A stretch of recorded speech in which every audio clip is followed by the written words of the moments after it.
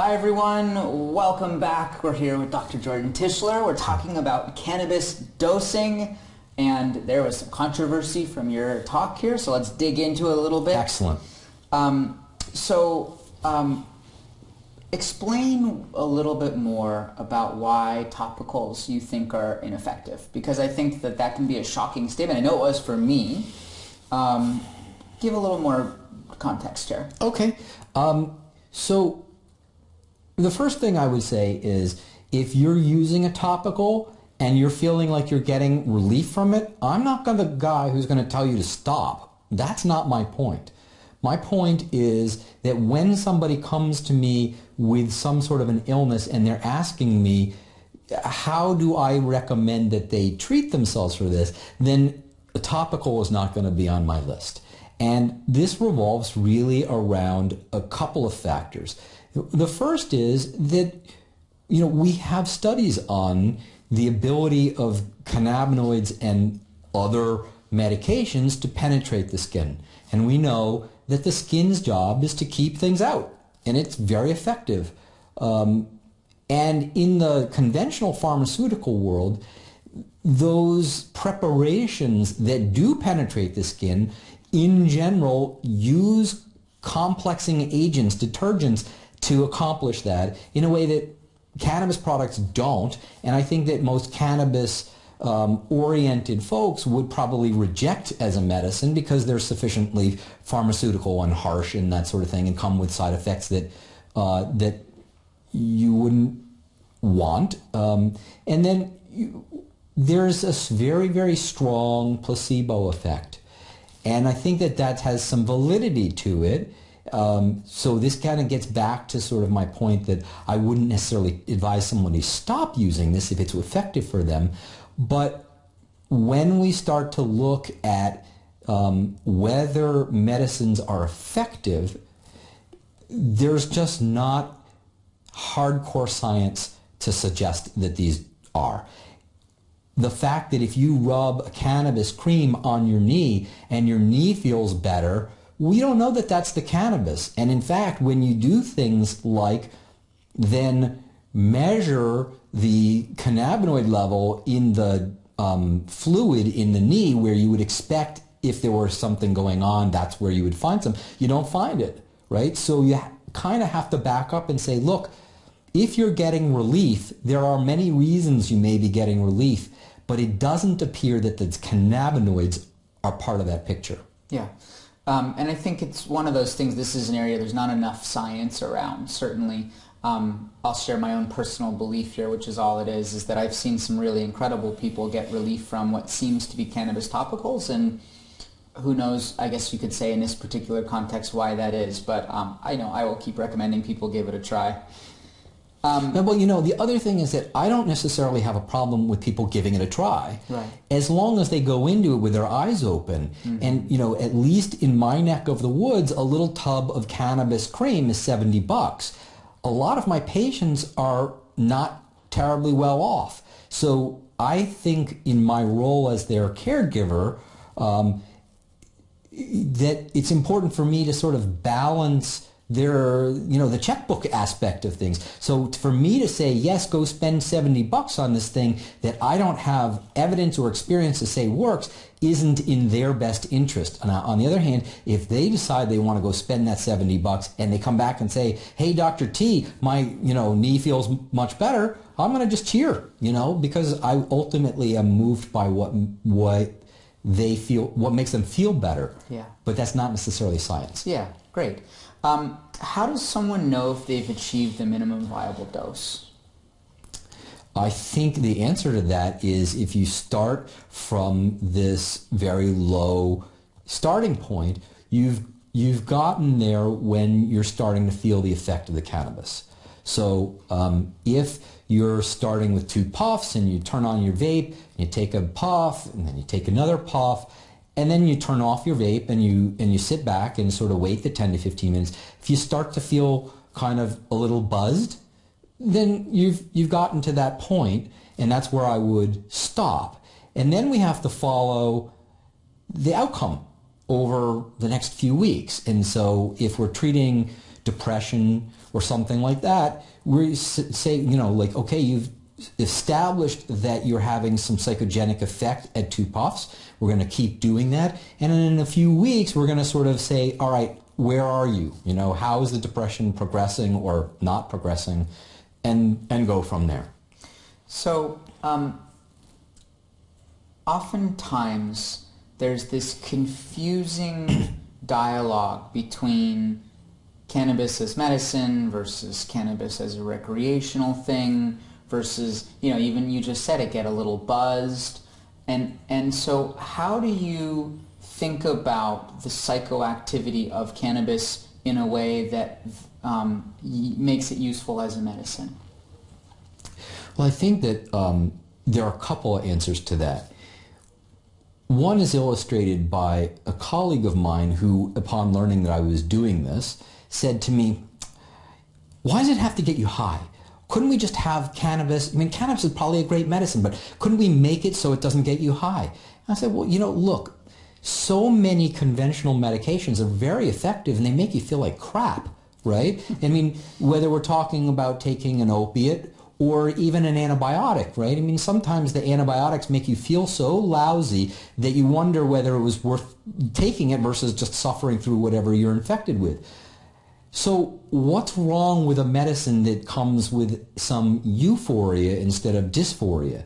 And I think that that's a valid question, and the answer is kind of horribly bound up with our sort of American Puritanism. And if we put that aside as best we can, then I don't foresee a real problem with a euphoria-inducing medicine. The caveat to that is we have euphoria-inducing substances, and cocaine's a perfectly good example of that, where it has medical benefit, but if you let it get out of hand, it really gets out of hand and you get into trouble. So we need to keep an eye on that, but it doesn't seem for most patients that cannabis falls into that same kind of rubric.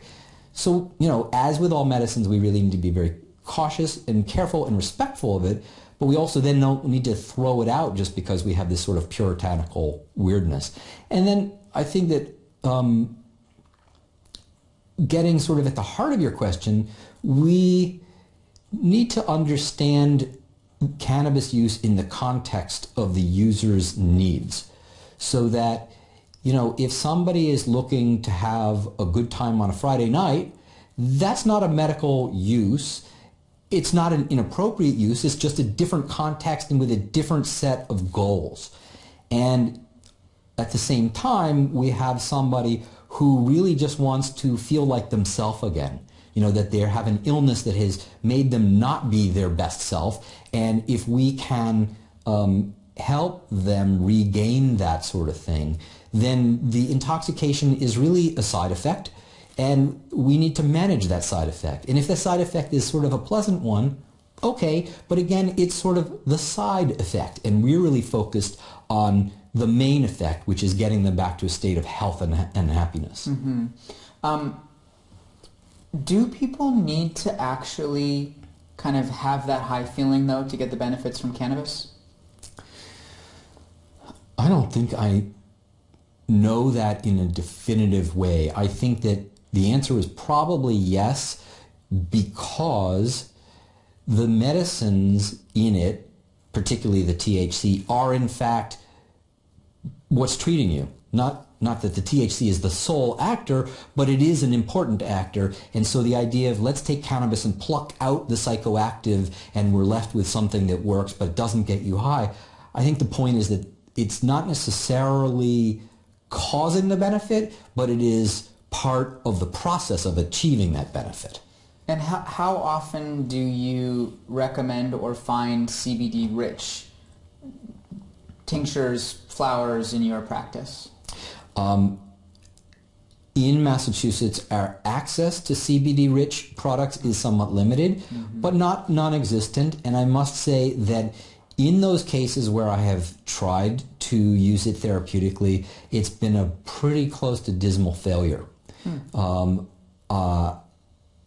I have a number of pain patients where I wanted to be able to increase the CBD ratio with the thought that I would get less intoxication and better pain control. And I found that really it was not discernibly better than plain old cannabis. So I know that that also flies in the face of some of the lore, particularly here in the California area. And, you know, again, I would love to see some real hard and fast data on this, but we don't really have a lot at this point. So it's, you know, it's again, it's always hard to know what to make of some of these claims. And the best answer is let's take those claims and put it under the microscope, and either they'll turn out to be true and maybe I just didn't use it in the right patient or enough, or the context was wrong, or it may turn out that, you know, this is non-psychoactive and it's kind of just the darling of the moment. It's certainly a very politically less charged, because you could say, well, it's non-psychoactive, so, you know, it ain't no hippie thing or whatever. And but it may turn out to be, you know, physiologically BS. Yeah. I mean, there's a bunch of interesting people inside of our green flower universe that seem to allude to really incredible benefits that people have gotten from CBD-rich medications. I personally am a THC dominant kind of person, but I think that you actually bring up an interesting point too, which is that because the medicine isn't a single compound, and that every human being has some genetic variation, that we may find that you know, again, 50 years from now, we may find that certain preparations or ratios or cannabinoid profiles are better for certain genetic types than you know. So right now we're sort of applying these things on a try it and see what happens basis, but we may very well get to a point in sort of personalized medicine where you kind of go in and you get a blood test and we understand something about your genome, and on that basis we can make recommendations for you need this kind of cannabis or that kind of cannabis. And you know, we also know that this is true. We're looking at you know, when you use CBD for some of these children for their intractable seizures, we know that in certain cases there are genetic mutations that make them metabolize the CBD in a different way, and it actually can become harmful if they have these mutations and they use CBD in high quantities. It can be dangerous. So we're just starting to understand both the metabolism of CBD, and CBD in particular is metabolized a little bit differently, so it's kind of the one to watch in that regard.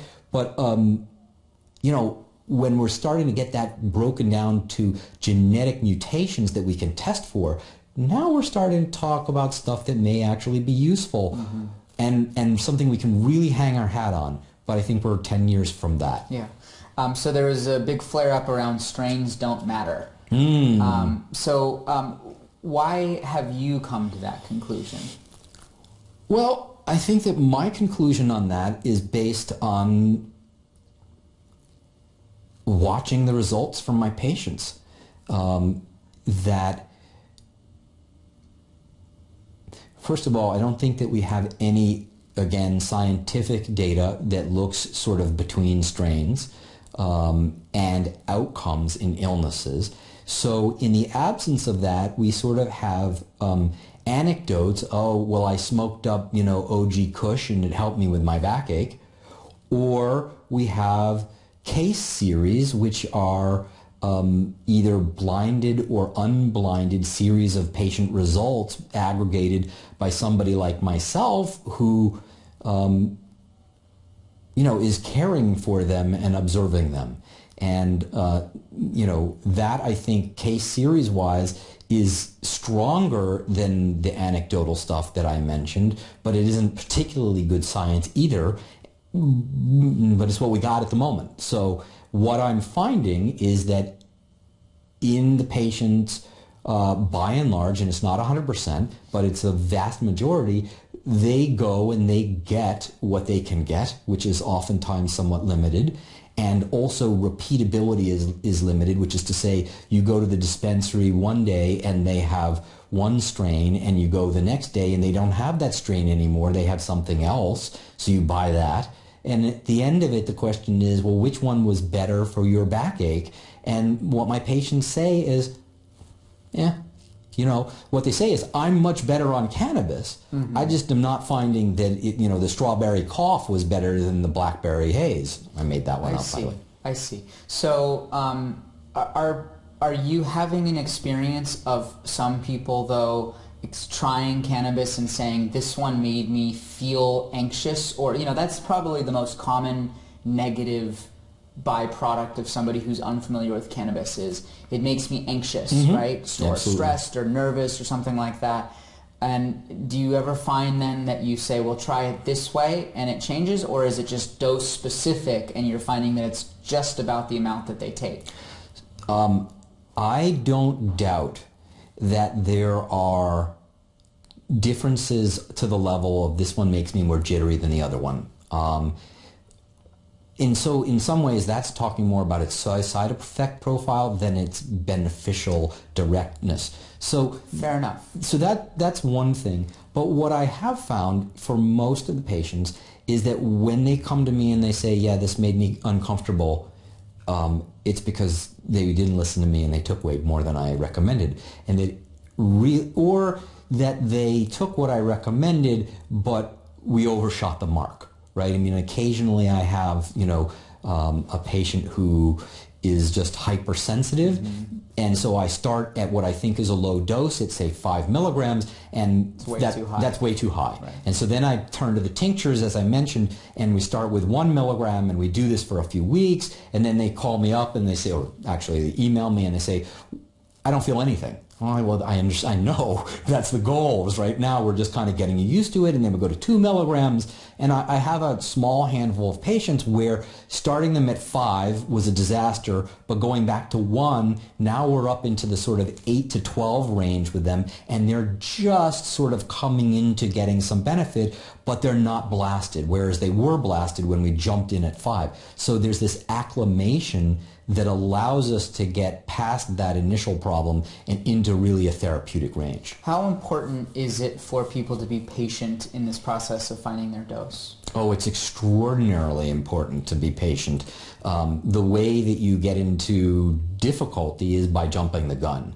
And, and I think that's tough. I mean, I have a patient who's got sort of a chronic neck pain, and he's 96 years old, former Navy aviator, and in World War II. Really interesting gentleman. And we're just creeping up on it. And every couple of weeks he says, Doc, I went up to 8 milligrams and I'm doing that, and I've been doing it for a couple of weeks, and I feel fine, but my neck isn't any better. And so we're just creeping up on it. I think, we're 6 to 8 weeks into this process with this gentleman, and we haven't hit that sweet spot. He's not blasted, so that's good. I mean, but at the same time, we have not solved his problem. The real question for him and for several other patients is, do we get to a therapeutic level before the side effects come back and preclude going further? And I will say that I had one patient where I think we decided it was a failure, that she simply couldn't tolerate it at any dose, and any dose that she even close to tolerated, that she wasn't getting any relief. Now, the irony was that she and I basically parted ways with, this was a reasonable attempt, and it didn't work. And then a few weeks later, she came back and said, I want to try it again. And now we're creeping up on it, and I continue to get the reports from her that it hasn't worked, but at the same time, she's not feeling much of anything, so at least we're not up against the limit. I think it's so important to emphasize this, when we say go slow, we mean real slow. Yes. Because I anticipate from the feedback we get that the number one worst thing for the cannabis movement is for people to take more than they can handle up front, have a shocking experience, and then basically just discount the whole thing because it was so scary and overwhelming. Yep, absolutely. That you just hit the nail on the head. I mean, if you turn somebody off, you'll never get them back, and it precludes their getting the benefit. So being really cautious is absolutely the name of the game. And it's even more the case when we're starting to talk about older folks who are sort of nervous and sort of unclear about whether they believe it's going to work for them at all, and also physiologically their responses tend to be a little bit more brisk. Yeah. So yeah, we just have to be careful. And you know, something else that I just thought of in this is to recognize that oftentimes the people that are interacting with the patients at the buying decisions are heavy users. Oh gosh. And so a 5 or a 10 milligram dose could seem so small to them, whereas in reality for people that are getting started, that 5 milligram dose for me, and I'm still a daily user, is a heavy dose for me. I'm highly sensitive to it.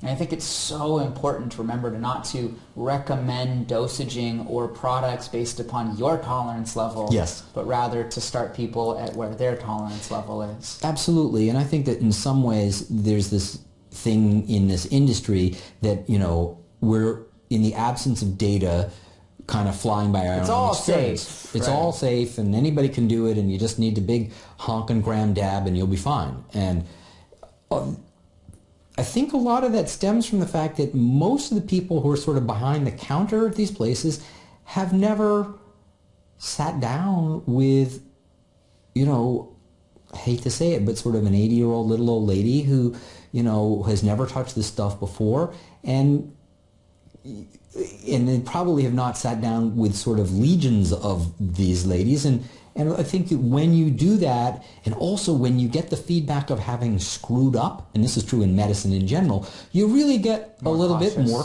conservative. And I don't mean that politically. I just mean you just realize that first do no harm didn't come from nowhere, right? And we need to be cautious and be careful and put the patient's best interest above all else. Yeah, I really hope that's one of the messages that you at home leave with from this class, because I think that there's more harm than we are aware of is happening out there in the cannabis space when people are starting to get introduced to this stuff and having really bad experiences from the start. Yeah.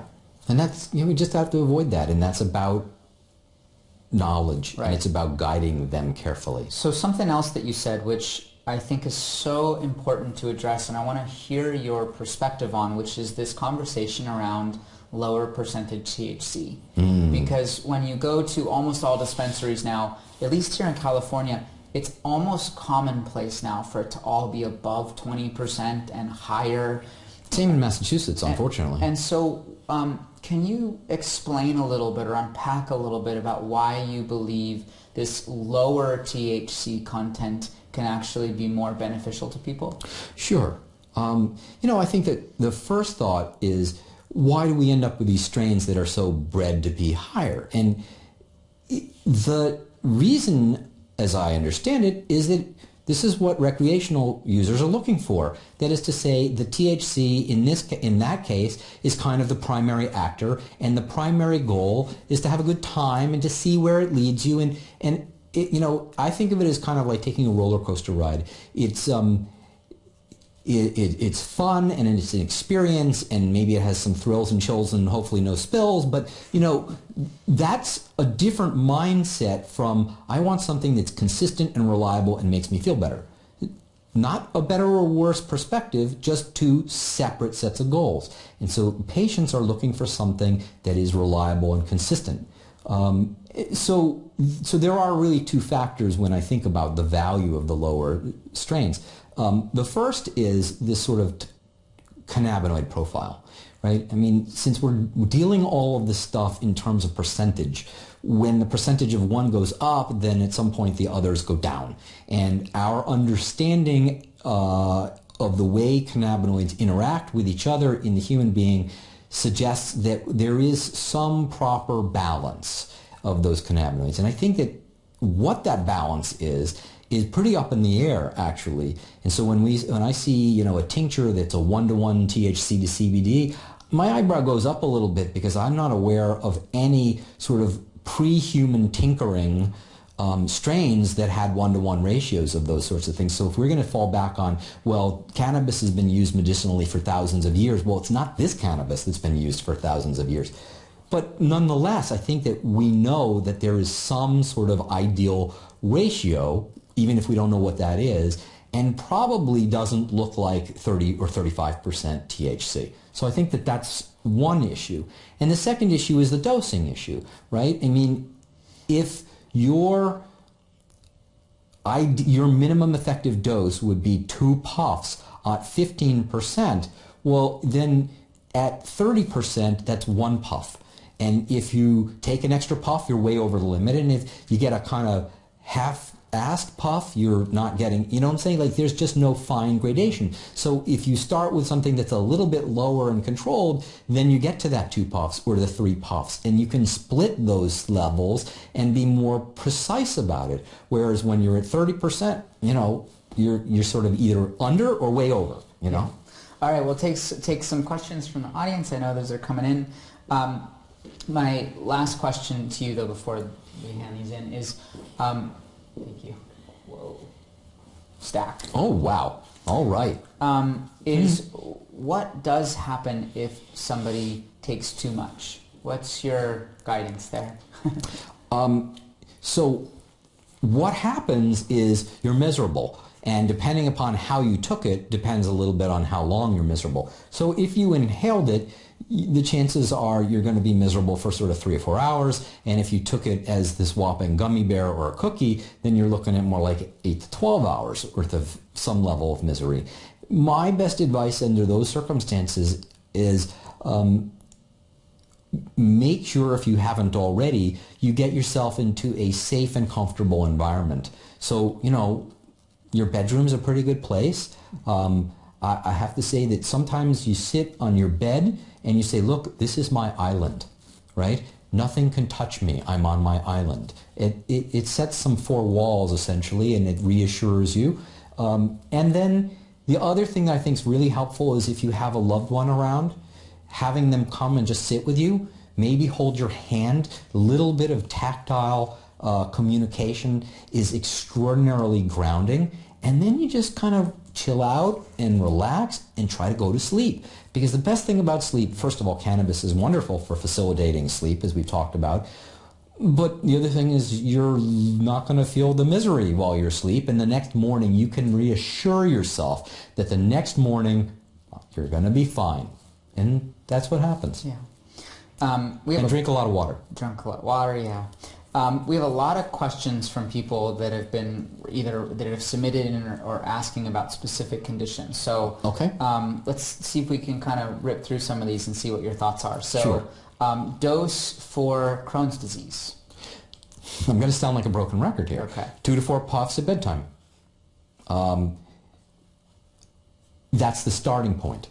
What I can tell you is that I have a handful of Crohn's patients, and they're all in somewhere in between 2 and 4 puffs. And it's just at bedtime. They're not wake and bake, and they're not doing it through the day. And what I'm finding is that that little amount once in the evening modulates their immune system, and it's good. Now, you know, the other thing I would say is, again, with cannabis, the lovely bit is that it's not an either-or proposition. So if your, you know, gastroenterologist has put you on a biologic or something like that, don't stop that.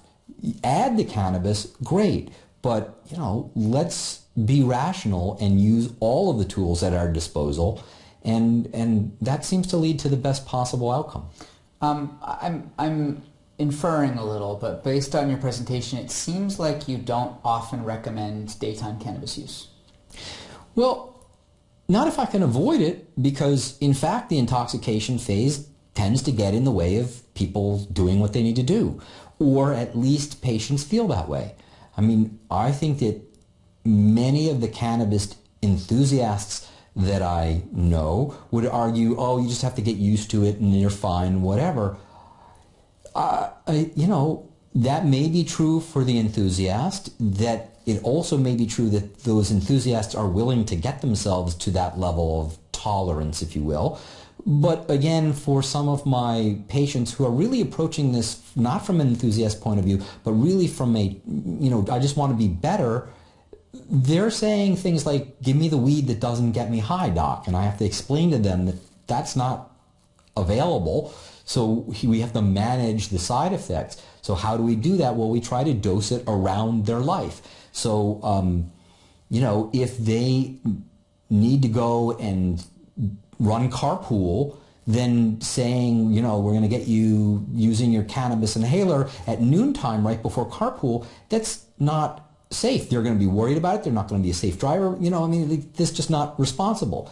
But after carpool, then we have the opportunity to intervene.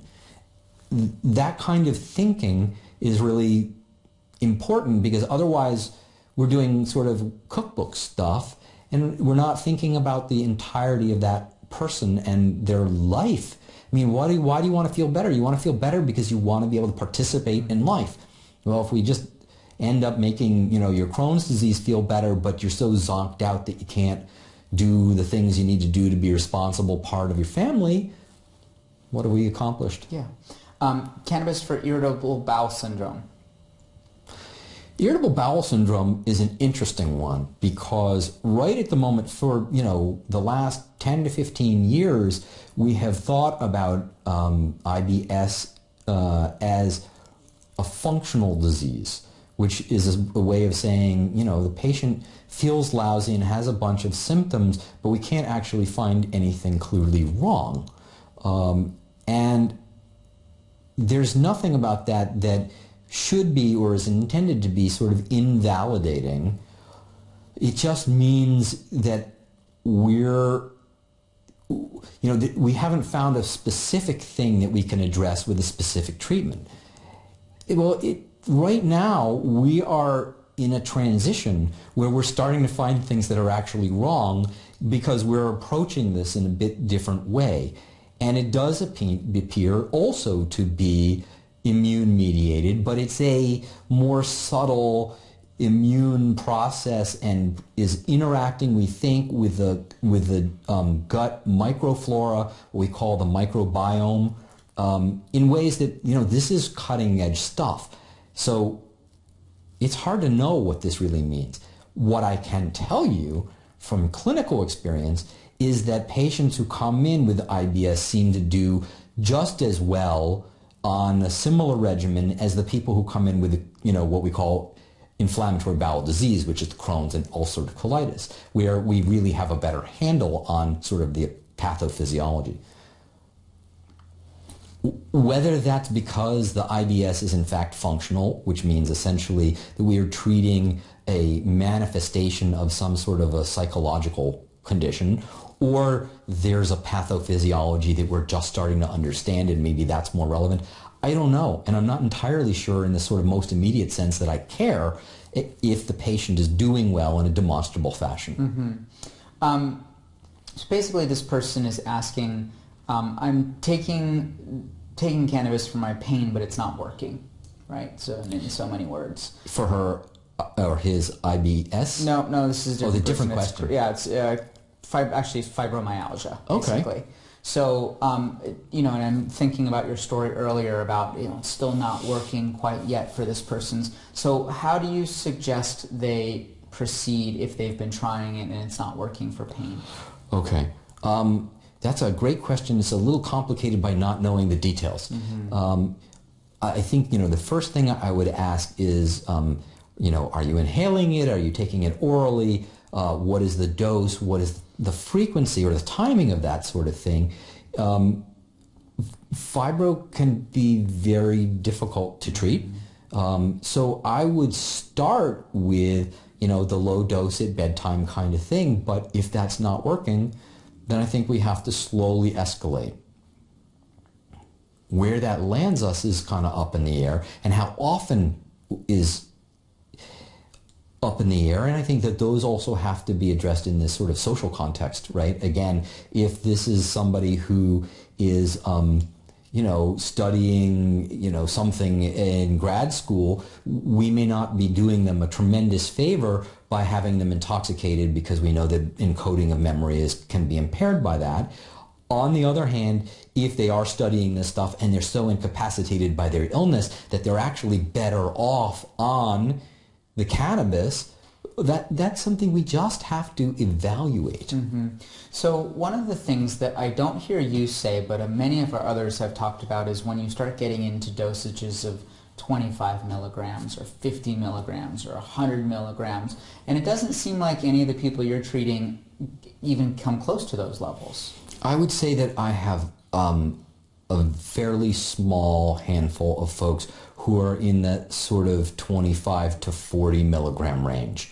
And then I also have a much smaller handful of people who came to me already using cannabis, essentially either from a purely recreational beginning or from a medical beginning that was sort of guided or perhaps even misguided by other people's recreational experience. And those guys are used a lot more than I would recommend. And a lot of what I end up doing with those guys is actually slowly trying to cut them down, not in a sense of you must cut down, but really just trying to encourage them to use less in a very mindful fashion so that they end up spending less money. They end up with the same, if not better, outcome for their treatment and fewer side effects.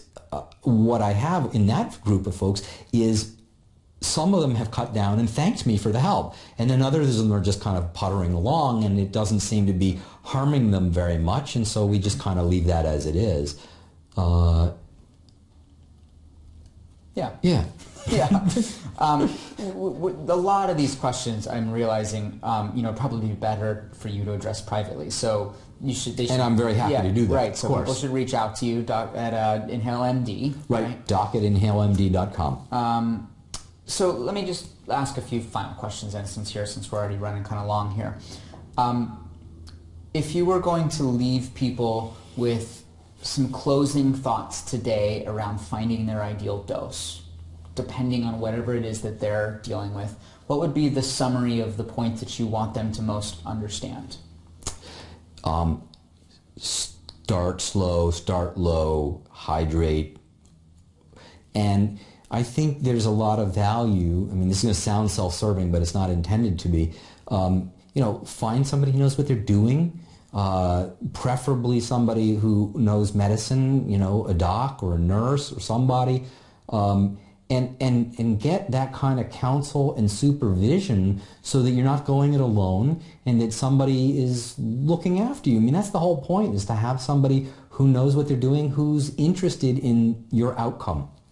Yeah. And second question would be, if you were to counsel people on the mistakes to avoid making around dosing, what would be the number one thing that would come to your mind? Do not jump in at the deep end.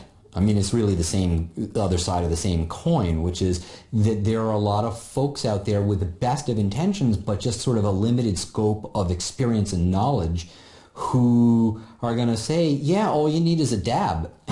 And that is not the place to start. That will incapacitate you and make you miserable and such like that. So, you hear me saying over and over and over again, 2 puffs. I have patients who 2 puffs is too much, right? And we're really at 1 puff. Thankfully, that's relatively rare, but not unheard of. And I think that you just kind of really ease yourself into it. Don't be in a rush it's hard. If you're feeling lousy, you really want to rush, right? But you can actually have that be very counterproductive. So, with somebody to guide you and give you that advice, but also kind of to hold you to the sort of discipline that's necessary not to rush, I think that's a valuable process. And little by little, you creep up on the right dose, and then hopefully it's working for you. I also would say, sometimes it doesn't work, right? I mean, no medicine's perfect for everybody, and why should cannabis be any different? I just had the thought too, here in California, there's a really huge subset of experts and practitioners that are really into the tinctures and the kind of ingestibles kind of thing, and it could be also that you guys don't have as much access to that kind of materials, because I keep hearing you say 2 puffs, and I really like that as a philosophy, and I'm realizing that it's a very different mentality to have that be the kind of go-to than some of the other people in our space. But we have pretty good access to tinctures in particular at the moment. I just think that in general, we get more reproducible and titratable results using inhalation than oral, sort of across the board, that there are certain instances, particularly in pain, where there's the value of oral, particularly for its length of duration, provides enough benefit that it's worth putting up with the other aspects of orals that are less predictable. You're saying orals, you mean anything you eat? Anything you take by mouth. Yeah. So edibles, capsules, tinctures, you name it. I think that in the cannabis world, the predictability and reliability of orals is just not as good as it is when we inhale this stuff. But it does behave differently, so in the right context, it's a better choice. But for most things, a starting point from my perspective is inhaled. Yeah, okay, awesome. My final question to you is, are you a cannabis user, and if so, how? I'm thinking about my PR agent who says, avoid. But the truth is, yes, I use cannabis, and I use 2 puffs at bedtime. And in fact, one of the things I have found is that in the vein of less is more, it used to be sort of 4 puffs. And I said, I wonder if that's really how much I need. And so you can kind of go the other direction and say, look, I'm going to discipline this and say, for now I'm going to go to 3. Okay, that seems to be doing fine. Let me go to 2. And I was actually surprised several weeks ago that I took a single puff and it did just fine. Yeah, I have to tell you, that's also been my most profound learning lesson of the year. I've been using cannabis for decades. Right. And as I've become more educated this year, I've dialed back, and I've realized I get far more benefit when I take less. Absolutely. Yeah. Thanks so much for being here, Jared. Oh, my pleasure. Thanks for having me. It's so great to have the real strong medical expertise brought to the cannabis movement. That's my pleasure. Yeah. Thank you for all of you at home that's been tuning in. We hope that you learned something new about our favorite plant, and more than anything, have more confidence and certainty about how to approach dosing in your life or in your patient's life with more accuracy and more confidence. Thanks so much for tuning in, everybody. We will see you next time.